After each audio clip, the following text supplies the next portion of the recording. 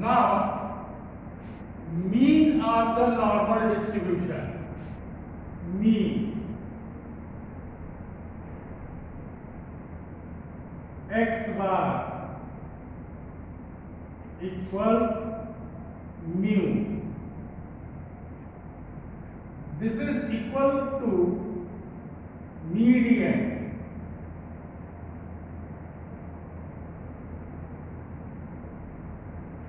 And this is also equal to mode. तो normal distribution में mean, mode और median तीनों देखिए इक्वल होते हैं, ठीक है। अब variance,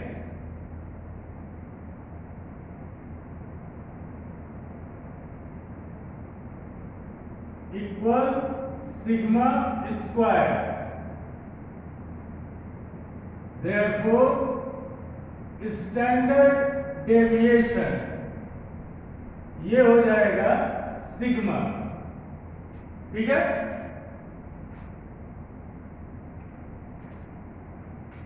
now mean deviation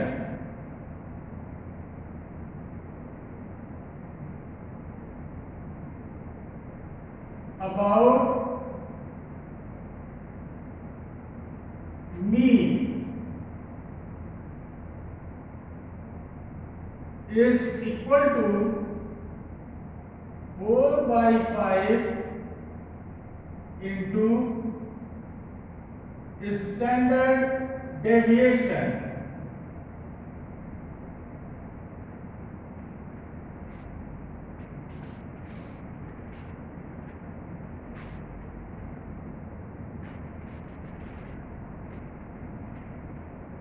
modal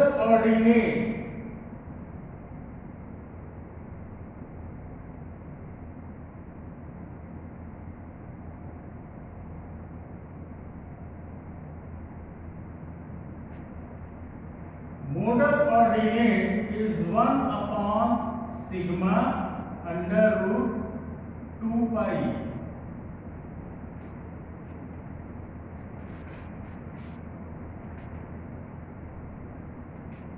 तो नॉर्मल डिस्ट्रीब्यूशन में मीन एक्स बार ये इक्वल होता है म्यू, और यही मीडियन के इक्वल हो जाता है और यही मोड के इक्वल हो जाता है, ठीक है। Modal ordinate 1 upon sigma under root 2 pi. फिर वेरिएंस होता है सिग्मा स्क्वायर के इक्वल, तो सिग्मा क्या हो जाएगा, स्टैंडर्ड डेविएशन, ये सिग्मा हो जाएगा। mean deviation about mean, this is equal to 4/5 into standard deviation। तो इसमें हमने नॉर्मल डिस्ट्रीब्यूशन में इसका पहले हमने देखा इक्वेशन नॉर्मल डिस्ट्रीब्यूशन का। उस इक्वेशन में जो हमने फंक्शन fx को यूज किया उसको कहा जाता है प्रोबेबिलिटी डेंसिटी फंक्शन, उसका फार्मूला हम लोगों ने देखा, ठीक है। इसके बाद standard form of normal distribution, जिसमें हम लोगों ने x minus mu upon sigma को z मानकर उसका स्टैंडर्ड फॉर्म हम लोगों ने फाइंड किया। और इसके बाद नॉर्मल कर्व क्या होता है, तो हमने लास्ट लेक्चर में बताया था कि नॉर्मल कर्व का मतलब ये है कि वो यूनिमोडल हो। यूनिमोडल का मतलब ये होता है कि उस कर्व के सेंटर में मीन, मीडियन, मोड तीनों लाई करते हो, ठीक है। और इसके बाद हमने बताया आपको उसकी बेसिक प्रॉपर्टीज कि नॉर्मल डिस्ट्रीब्यूशन की बेसिक प्रॉपर्टीज क्या हैं।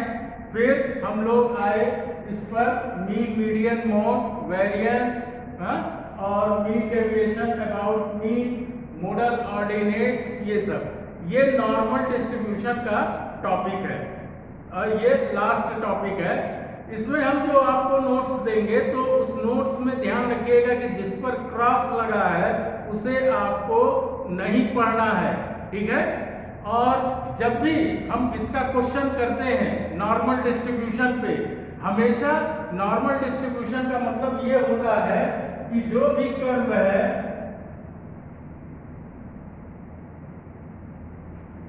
इसका 50% हम ले लेते हैं, दैट इज 0.5, और इसका 50% ले लेते हैं 0.5, ठीक है।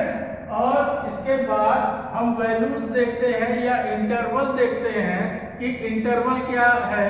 अगर इंटरवल पॉजिटिव सेंस की ओर है, यहाँ पर राइट में है, ठीक है, इंटरवल सभी नंबर्स पॉजिटिव है, तो हम इसी को बेस मानकर क्वेश्चन को सॉल्व करते हैं। ध्यान से समझिएगा कि जब भी नॉर्मल डिस्ट्रीब्यूशन पे क्वेश्चन आएगा, हम हमेशा उसकी एरिया 0.5 ऑलरेडी हम लोग कंसीडर कर लेते हैं। इसके बाद जो भी उसमें हमको इंटरवल दिया रहेगा या क्वेश्चन में जो भी उसका नेचर रहेगा, उसको हम सब्ट्रैक्ट करते हैं 0.5 से, तो रेस्ट वैल्यू हमको मिल जाती है, ठीक। अगर इंटरवल निगेटिव में भी दिया है तो उसको पॉजिटिव की तरफ लाते हैं, इस साइड में लाते हैं। उसके लिए हमें इंटरवल का नेचर बदलना पड़ता है। अधिकतर तो इसमें बड़े क्वेश्चन है, छोटे क्वेश्चन आप लोग देख लीजिएगा, जितना बन पड़े उतना करिएगा। छोटे छोटे क्वेश्चंस आपके बुक में भी हैं, तो उसकी स्टडी करिएगा।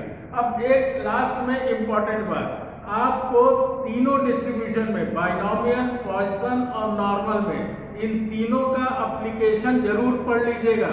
इस पे ऑब्जेक्टिव क्वेश्चंस बन सकते हैं। इन्होंने एक डिस्ट्रीब्यूशन आपको दे दिया और पहचानने को कहा कि बाइनोमियल होगा कि पॉइसन होगा कि नॉर्मल होगा, तो इसलिए तीनों डिस्ट्रीब्यूशन के एप्लीकेशंस आप लोग जरूर पढ़िएगा, ठीक है। थ्योरी आपको पढ़ना ही है, ऑब्जेक्टिव आपको उसमें से मिलेंगे, ठीक, क्योंकि मैक्सिमम क्वेश्चन तीनों डिस्ट्रीब्यूशन पे आपको लेंथी मिलेंगे। तो छोटे क्वेश्चन, ऑब्जेक्टिव टाइप क्वेश्चंस के लिए आपको थ्योरी जरूर पढ़ना है, तो थ्योरी आप लोग पढ़िएगा, ठीक। अब हम लोग नेक्स्ट टाइम इसके क्वेश्चंस कुछ हम लोग डिस्कस कर लेंगे, ओके।